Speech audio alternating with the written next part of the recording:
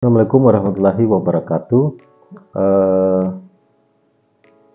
Jika Indonesia itu ingin sejahtera dan makmur, perekonomiannya, sebenarnya Indonesia punya potensi besar dengan hal itu gitu.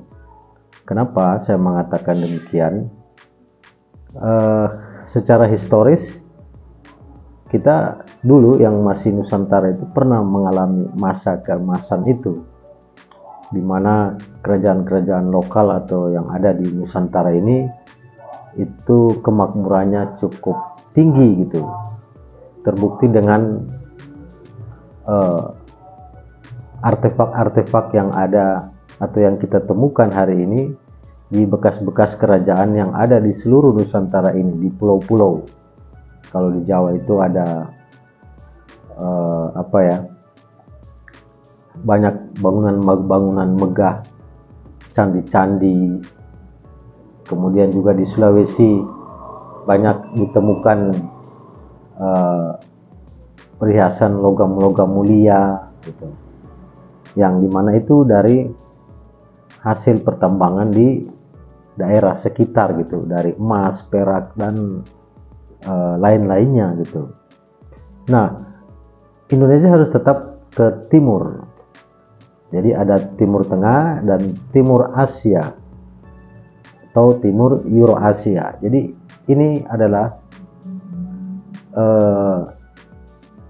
bahasanya peta kemakmuran atau peta geoekonomi internasional, jalur dagang atau jalur sutra yang sudah dirintis secara lama, sudah ribuan tahun yang lalu, dan jalur ini harusnya tetap dihidupkan oleh Indonesia hari ini jika ingin sektor perdagangan kita itu tumbuh dengan cepat gitu.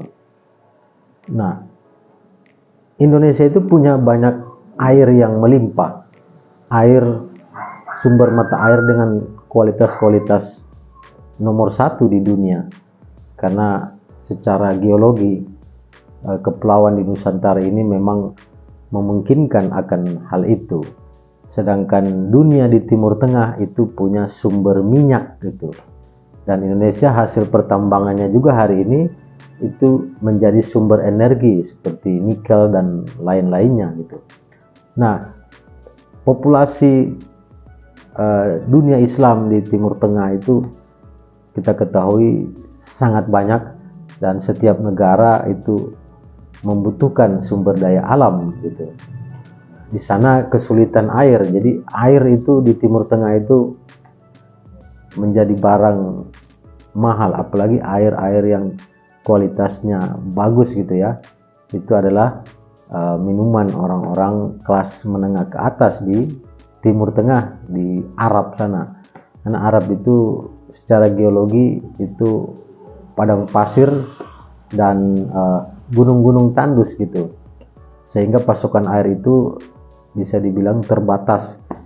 Konflik air di Timur Tengah atau dunia Arab itu sudah terjadi ribuan tahun yang lalu, di mana mereka saling berebut sumber-sumber air atau sumur-sumur air untuk pertaniannya dan untuk peternakannya, dan juga untuk konsumsi manusia agar tetap bertahan hidup. Jika tanpa air tentu manusia mati, tanaman mati, hewan mati gitu. Jadi ini sebenarnya air itu adalah potensi industri di Timur Tengah, namun dunia lain yang masuk ke sana, padahal Indonesia potensinya sangat luar biasa, dan Indonesia juga mayoritas muslim, harusnya bisa terjadi diplomasi ekonomi karena ada kedekatan kultural atau kedekatan keagamaan gitu. Nah, ini sangat lucu jika Indonesia tidak bisa memanfaatkan hal ini gitu, karena harus diakui bahwa rumah Tuhan dari umat Islam itu ada di Timur Tengah, di Ka'bah, dikelilingi oleh padang pasir dan gunung-gunung tandus. setiap hari orang beribadah di sana semua, dan negara-negara di sekitar Jazirah Arab atau itu dunia Islam, mereka juga banyak dikelilingi padang pasir dan gunung-gunung tandus gitu. Jadi Indonesia sebenarnya bisa barter dengan murah antara minyak Timur Tengah dan air dari Nusantara, dan sumber pertanian pangan dari Indonesia masuk ke sana, dan juga seperti hasil-hasil pertambangan emas dari Indonesia, perak, itu masuk ke Timur Tengah, dunia Islam di sana. Tentu ini akan menguntungkan rakyat Indonesia seluruhnya. Jadi ini sebuah potensi yang harusnya difokuskan oleh pemerintah nasional ke depannya, agar bagaimana diplomasi ekonomi itu berjalan lancar di Timur Tengah. Dan kedua, di Timur Asia bagaimana ada posisi China di situ, dan juga ada Rusia.